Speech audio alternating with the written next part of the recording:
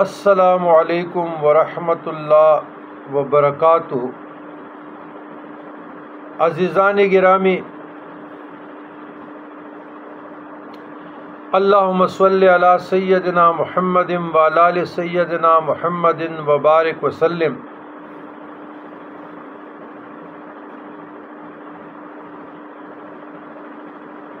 دنیاوی مصیبتوں، پریشانیوں کو دفع کرنے کے لیے درود پاک کا عمل کیجیے گا۔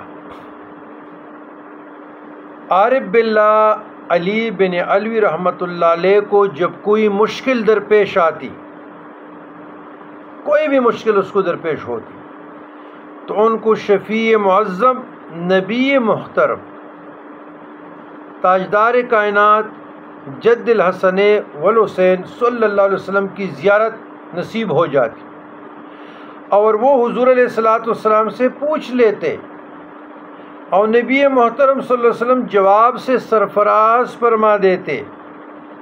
اور جب شیخ موصوف تشہد یا غیر تشہد میں عرض کرتے السلام علیکہ ایھا النبی ورحمۃ اللہ، تو سن لیتے کہ رسول اکرم صلی اللہ علیہ وسلم فرماتے ہیں وعلیک السلام یا شیخ ورحمۃ اللہ وبرکاتہ۔ اور کبھی کبھی السلام علیکہ ایھا النبی کو بار بار پڑھتے۔ جب ان سے پوچھا گیا کہ آپ بار بار کیوں پڑھتے ہیں، تو فرماتے میں جب تک عقائد دو جہان صلی اللہ علیہ وسلم سے جواب نہ سن لوں آگے نہیں بڑھتا۔ نیز امام شعرانی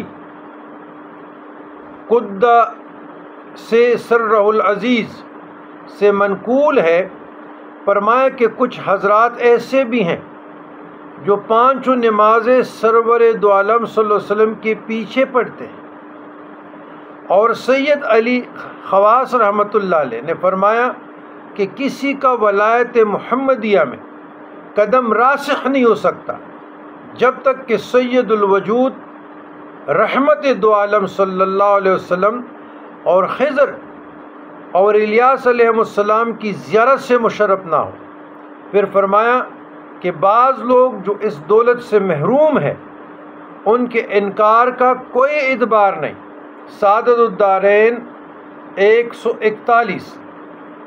نیز فرمایا شیخ ابو العباس مرسی قدس سرہ العزیز نے فرمایا دن رات میں سے اگر ایک گھڑی میں بھی حضور علیہ السلام کی دیدار سے محروم ہو جاؤں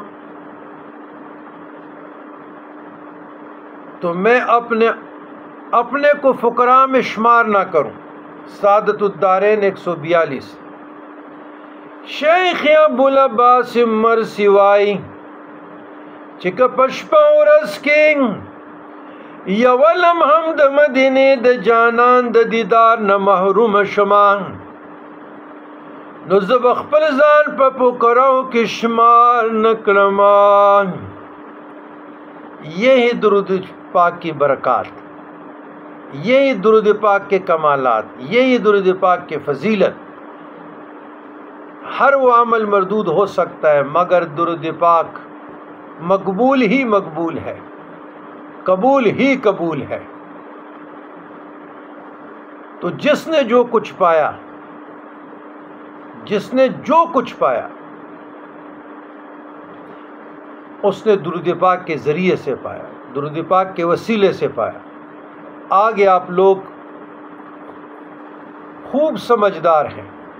والسلام علی من اتبع الہدی۔